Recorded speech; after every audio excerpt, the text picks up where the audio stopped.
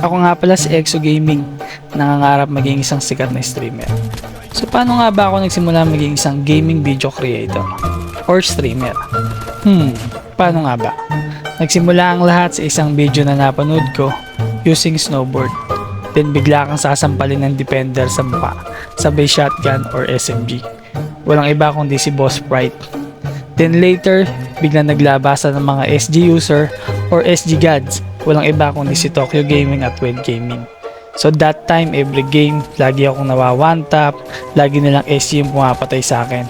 At napasama pa nga ako sa isang content ni Idol Well na 17 seconds squad wipe. So that time, nag-iisip ako paano ako mananalo sa mga naka-shotgun. Nang biglang may isang gwapong teacher na nagtuturo kung paano tayo lalakas at kung ano yung dapat gawin at hindi dapat gawin. Sa mga tutorial video niya, tinuturoan niya tayong maging malakas at maging magaling sa paglalaro ng Call of Duty.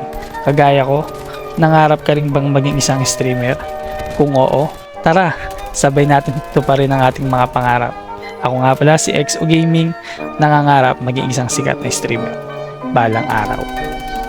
Huwag nyo rin kalimutan i-comment yung mga paborito nyong streamer. Malay nyo, mapansin nila tayo dito. At maraming salamat sa lahat ng nanood ng video na to. Bye-bye!